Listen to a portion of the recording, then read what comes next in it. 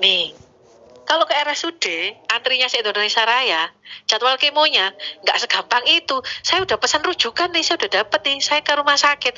Besok kemo bisa? Nggak bisa. Antrinya mulai jam 4 pagi.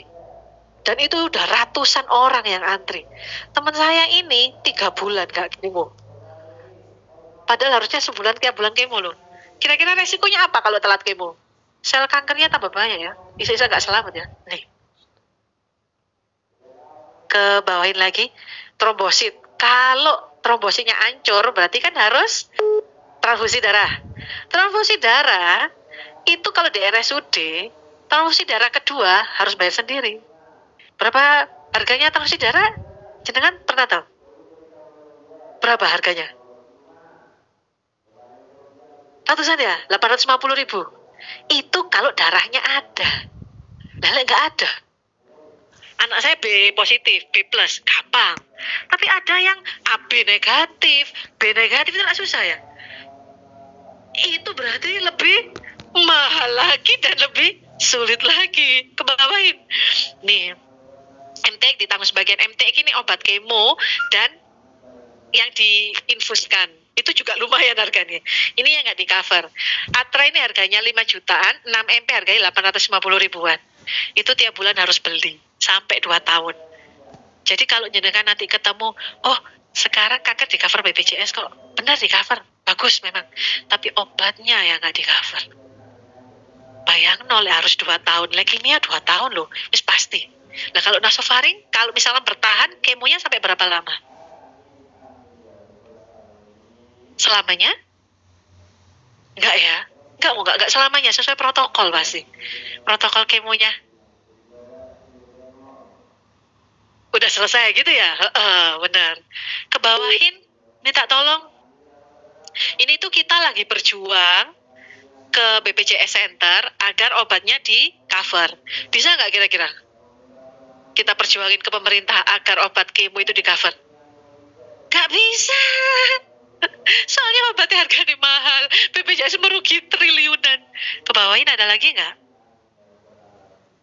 Ini kayak gini. Jadi tiap hari itu banyak teman-teman saya yang WA 111 minta tolong dong, donasi dong, saya nggak punya duit buat beli obat. Lagi itu banyak karena kalau misalkan kita kan berdoa ngerasain ya, kena kanker itu biayanya bukan biaya rumah sakit loh ya, sing mahal ya, tapi biaya lain-lainnya ya Pak ya, wirawirinya, vitaminnya, makanannya kan gak iso kayak kita ya, makanannya dijaga khusus. Suplemen nggak di cover sama asuransi maupun BPJS, bayar sendiri pasti. Harganya lumayan ya Pak ya. Itu loh kenapa Pak.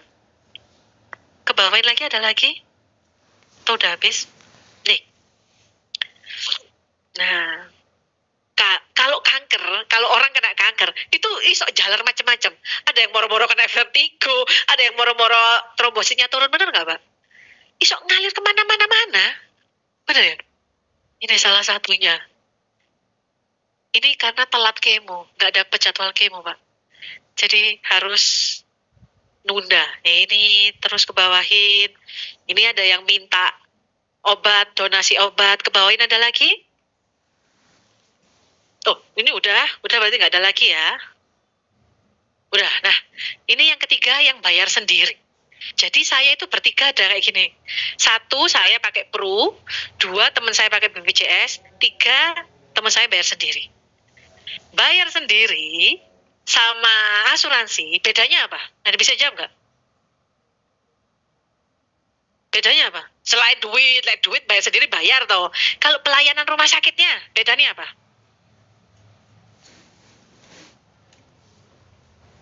Bayar sendiri kok. Bagus pastinya kan? Asuransi? Tapi kalau bagus. asuransi itu kan langsung kita cuma ngasih kartu ke ininya sudah bisa langsung ditangani. Kalau bayar sendiri, tinggal bayar duit ditangani. Bayar duit, tapi kita kan Pak saya urus administrasi gini dulu gitu juga. Yes. Ribet juga. Itu yang saya rasakan. Jadi di RKZ itu waktu itu saya satu kamar di satu kan VIP ya.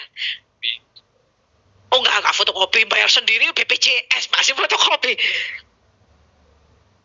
BPJS ini bedanya bayar sendiri sama asuransi. Nggak pakai fotokopi. Jadi saya VIP, pasien lain sama teman saya, anaknya juga leukemia, itu bayar sendiri. Dia di kamar 1 isi 2, kan harganya lumayan ya. Leukemia itu masuk kan saya VIP 167 juta ya. Kalau dia satu kamar isi 2 itu kenanya 120 juta. Jadi podo-podo di atas 100-nya. Asuransi maupun umum. Bedanya, tak kasih tau bedanya ya.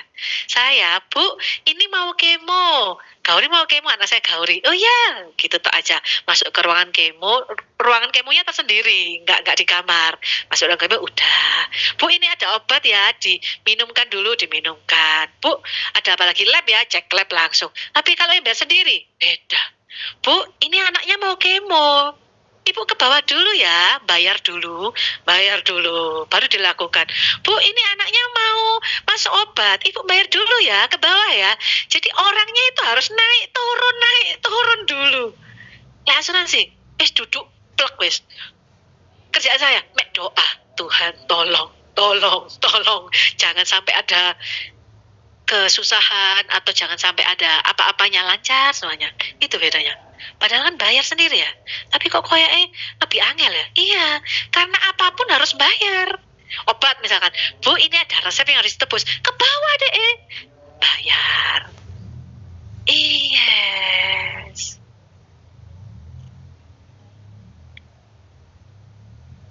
Yes. Jadi kalau misalkan ada yang nanya, oh duit saya udah banyak, nggak akan habis kok, maupun meskipun habisnya em-eman, benar. Jawabannya satu lagi, Pak, kalau misalkan ada jadi resiko, mendingan duit itu dikasihkan ke rumah sakit atau dikasihkan ke anak? Enak buat anak ya, Pak ya? Iya, ngapain Pak kita sedekah ke rumah sakit? Bapak nggak usah sisihkan banyak-banyak kok, Pak. Sisih, iya, sisa, susah. Pak, lebih enak mana? Bapak sisihkan sedikit sekarang, agar di kemudian hari Bapak nggak perlu nyusah-nyusahkan anak untuk mempunyai dana yang hanya sisa-sisa. Gitu aja. Sisih, susah, sisa. Sisihkan duit sedikit aja. Dari pengalaman saya belajar orang itu nggak hanya perlu asuransi kesehatan toh, tapi juga perlu asuransi kondisi kritis. Kalau pas ada apa kena yang sampai kayak kita ya Pak, parah kanker ya, biaya paling mahal itu bukan biaya rumah sakit. Biaya paling mahal itu sing gak ono hubungane mbek rumah sakit, malah wirawirine ke rumah sakit. Vitamin di cover nggak sama Prudential? Enggak, bayar sendiri. Suplemen di cover nggak? Enggak. Madu-maduan kan madu ya, nggak boleh gula kan ya. Madu sing apik bayar. Makanan nggak boleh. Kalau nasi iwake lauk sing koyo padang yo gak oleh, pasti makanannya khusus. Iya. Nah, biayanya lumayan gede. Andaikan saya dulu daftarin anak saya asuransi kondisi kritis, bedanya kalau leukemia kanker darah sama kanker lainnya adalah leukemia kanker darah nggak ada stadium. Jadi kalau kita kena kanker darah, wis yo iku, nggak ada stadium 1, stadium 2, wis 1 iya, wis langsung cair. PCB wis langsung cair. Tapi kalau misalkan nasofaring kayaknya ada stadium kok, stadium 1. Nah, kalau punya PCA, Prokitil Amanah, stadium 1 cair Pak, 25%, polis gratis. Kalau keluarga sakit, kita itu cuma punya 2 pilihan. 1, resign, kerjaan dideleh, kita fokus jaga anak, fokus jaga istri. Atau yang kedua, titipin ke keluarga, kita fokus kerja. Masalahnya kalau kita nggak kerja, duit dari mana? Ya. Kalau kita nitipin ke keluarga, kita tetap bekerja, kasihan loh. Yang sakit itu pasti butuh kita. Beda kalau yang jaga kita sendiri sama dititipkan. Saya kalau nggak punya Prudential, beneran saya nggak ngerti apa. Setahun kemarin saya nggak kerja loh. Tapi kok bisa tetap hidup? Komisinya tetap cair tiap minggu. Itu saya bersyukurnya. Saya sama suami nggak kerja. Suami di-cut. Karena anak saya opnam 2 bulan, suami saya nggak tega.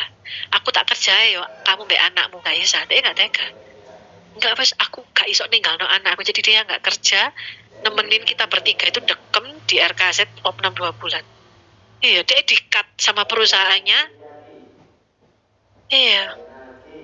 wes mas nggak usah kerja nggak apa-apa, rezeki nanti kita cari lagi. Jadi 2 bulan udah di rumah sakit, tapi kok tetap itu duit, ya itu tadi dari Prudential tiap minggu cair.